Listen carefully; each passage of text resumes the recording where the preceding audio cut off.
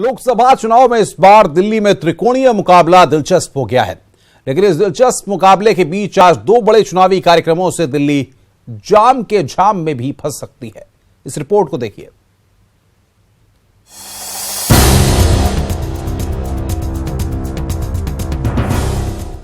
लोकसभा चुनाव के छठवें चरण के लिए राजधानी दिल्ली में रविवार को वोटिंग होनी है और सत्ता का दंगल अब भारत घूमकर दिल्ली पर केंद्रित होने लगा है।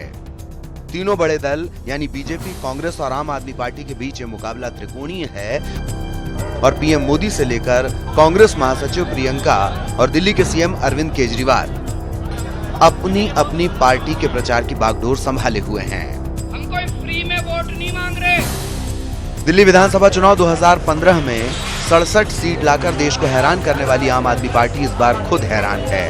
अंत तक कांग्रेस से गठजोड़ की कोशिश में रही आप अब अकेले मैदान में है और उसका मुकाबला अब बीजेपी और कांग्रेस दोनों से है। 2014 लोकसभा चुनाव में दिल्ली की सभी 7 सीट बीजेपी के खाते में आई। मोदी लहर में बीजेपी को 46%, आप को 33% और कांग्रेस को 15% वोट मिले।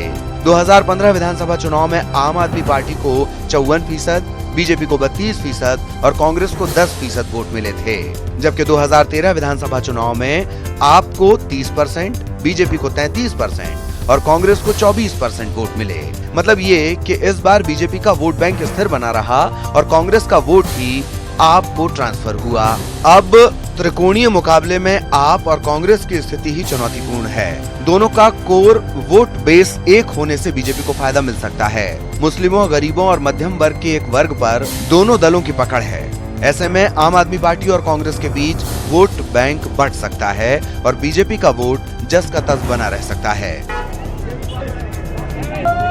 दिल्ली के दंगल में बीजेपी के प्रचार की कमान पीएम मोदी संभाल रहे हैं, वहीं कांग्रेस के प्रचार की कमान कांग्रेस महासचिव प्रियंका गांधी के हाथ में है। पीएम मोदी रामलीला मैदान में बीजेपी के 7 पार्टी उम्मीदवारों के समर्थन में एक रैली करने वाले हैं। वहीं नॉर्थ ईस्ट और साउथ दिल्ली में प्रियंका रोड शो के जरिए कांग्रेस के लिए वोट मांगेंगी।